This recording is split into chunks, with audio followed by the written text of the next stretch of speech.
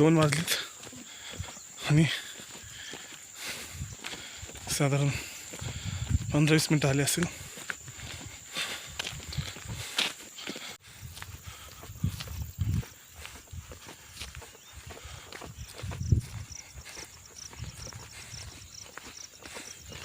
सुरुवात केली आहे पण रतनगड चढण्यासाठी अर्धा तास झाला असेल साधारण.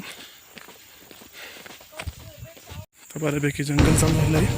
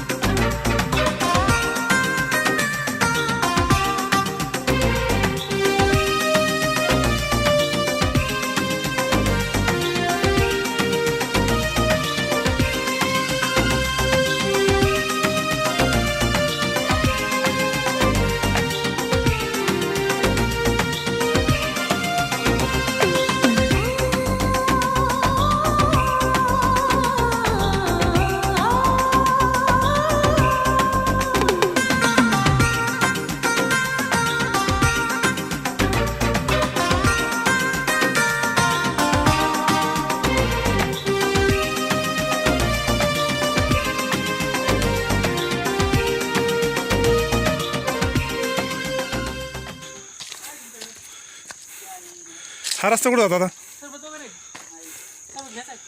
घेऊन थोडं घेऊन काही ते हा रस्ता कुठं जातो कुठं बर. आणि हा रस्ता रतनगडावर जातो. हा रस्ता रतनगड आता साधारणतः 15 मिनिटं चालल्यानंतर आपल्याला एक मोठी शिडी लागेल आणि ती शिडी पार केल्यानंतर गणेश दरवाजा लागेल. गणेश दरवाजा आपण ओलांडला की आपण रतनगडावरती पोहोचलो. ठीक आहे. आणि इथं काय सोय अजून यांच्याकडं सरबत मिळेल ना. सरबत मिळेल अजून सरबत घ्यायचं घ्या सरबत 1 2 3 4 5 म्हणा कोणी सरबत घ्या ना. हां द्या 5 सरबत द्या जरा फास्ट होईल. हां 2 रस्ते आहेत. हा रस्ता जातो कुठं हरिश्चंद्रगड का वाघाचं तळ आणि आपल्याला जायचं आहे इकडं रतनगड. इथं आहे नाश्त्याची सोय बरोबर आहे. प्रथमेश मालुंजकर सर आणि आमचे मित्र राकेश गवळी. चला आपल्याला जायचं आहे रतनगड.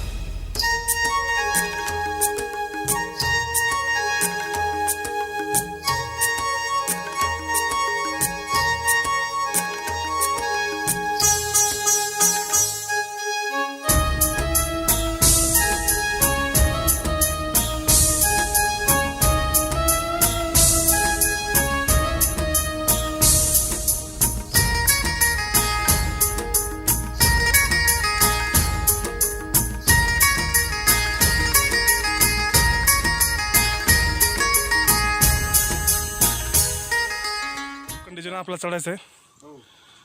असा एक जिना आहे आणि तसंच पुढे पण अजून एक आहे लोखंडी जिना. काळजीपूर्वक चढायचं आहे, घाई नाही करायची.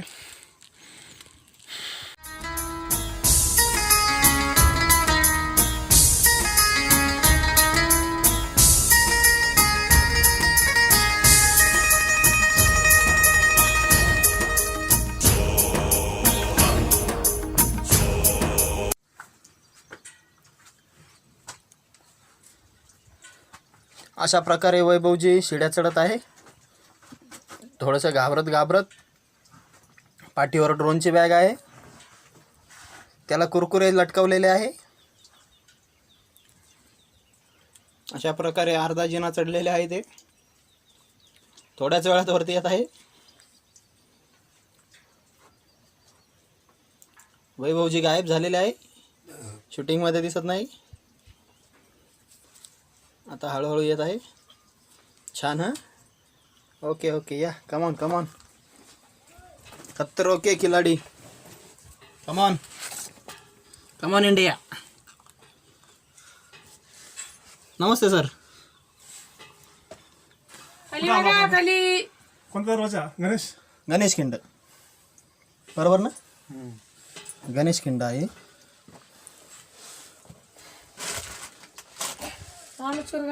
अद्या थांब नको काहीच नको करू.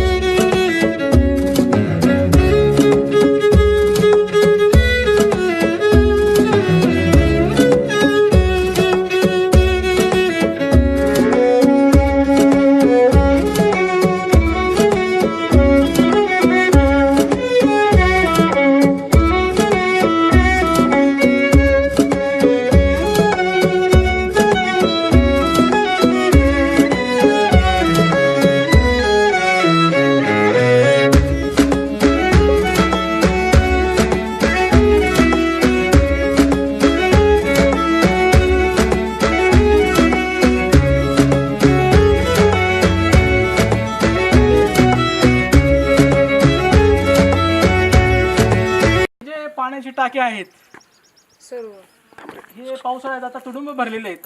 उन्हाळ्यात ह्या टाक्यांमधलं पाणी संपून जातं, आटून जातं. त्यानंतर ह्या टाक्यांच्या खाली परत एक दुसरं टाका आहे. त्या ठिकाणी जाण्यासाठी एक इथं दरवाजा आहे. उन्हाळ्यात या ठिकाणी पाणी संपल्यानंतर इथं खाली उतरायचं आणि त्या दरवाज्यातून त्या खिडकीतून आतमध्ये गेल्यावर तिथंही खूप मोठं पाण्याचं टाका आहे आणि ते पाणी उन्हाळ्यातही थंडगार आणि स्वच्छ स्वरूपात पर्यटकांना पिण्यास मिळतं आहे.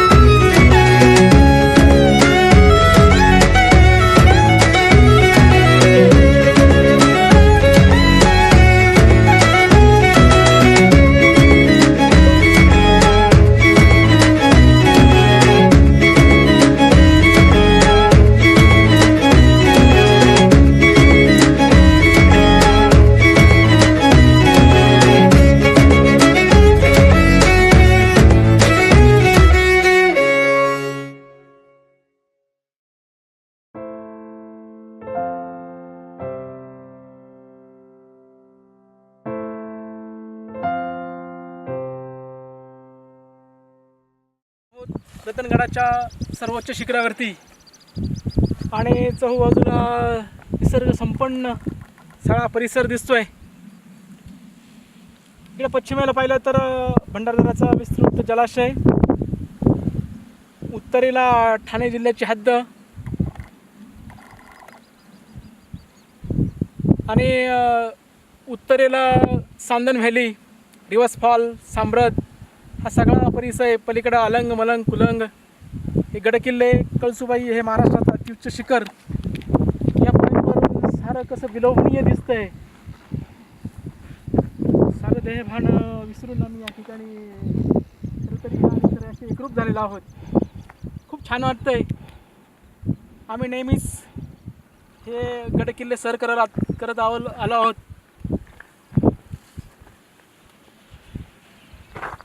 धन्यवाद.